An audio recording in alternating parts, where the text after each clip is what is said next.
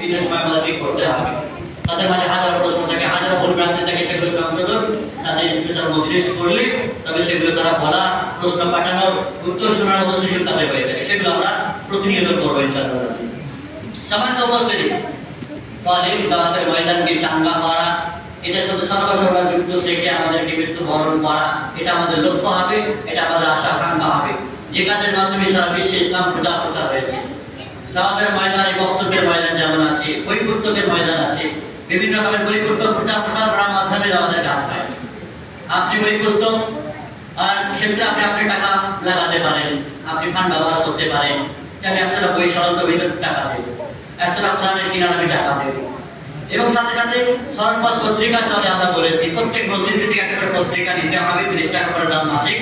এছাড়া কোনো বান্ধব যদি তার টাকা থাকে, সে একটা পত্রিকা 30 টাকা মাসে খরচ করতেই পারে। খরচ করে কাউকে পড়তে দিল, কোনো একটি জনগোষ্ঠী আছে, 2-4 জন আছে, একটা পরিবার আছে, হয়তো কিনতে পারে না, তাকে একটা বই কিনে দিল, কি একটা সরকার পত্রিকা দিলে তাদের একাধিক বক্তব্যের বিষয় থেকে প্রশ্নোত্তর থাকে, এর মাধ্যমে তাদের কাজ হয়।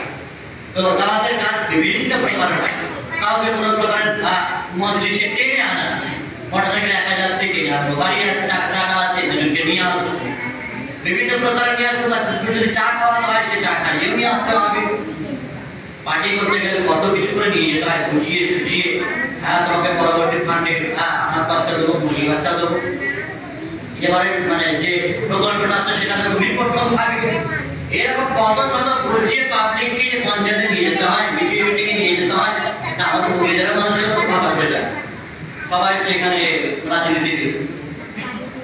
এই জন্য আমাদেরকে বিশেষ করে দিনের সাথে ওখানে তো কিছু ফায়দা থাকে না অনেক সময়, তারপরে মানুষ নিজের জান জীবন সব লুটিয়ে দেয়, কিন্তু এখানে দিন দুনিয়া আখেরাতের ফায়দা আছে, আখেরাতের ফায়দা আছে, সরকারি জারিয়ার বিষয় আছে। নিজে দিন শেখে অপরকে শেখান, অপর যা শিখলো সেটা যা প্রচার করবে, একটা ভাগ নিজে আপনি অলরেডি পেতে থাকবে।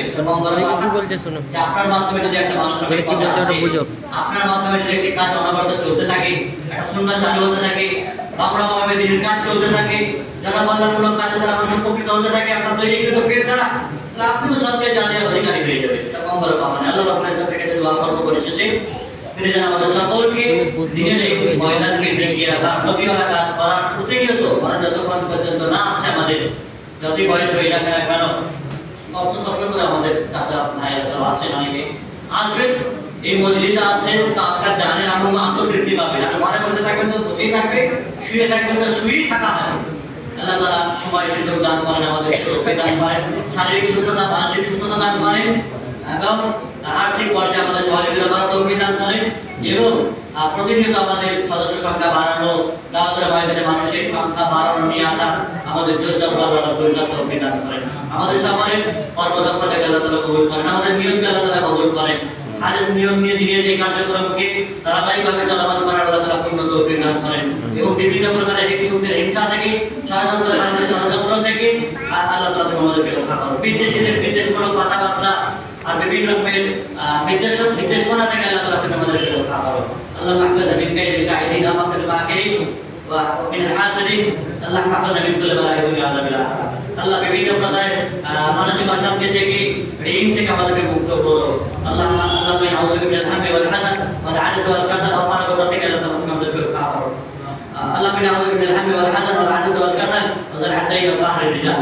আল্লাহ তাআলা আল্লাহ মাহফুজ মিন কুল্লি বালাইন ওয়া আযাবিল আখিরাহ। আল্লাহুম্মা ইন্নাকা জান্নাতুল ফিরদাউস ওয়া নাউযু বিকা মিনান নার। আল্লাহুম্মা ইন্নাকা al-huda wa at-tuqa wa al-akhirata lana.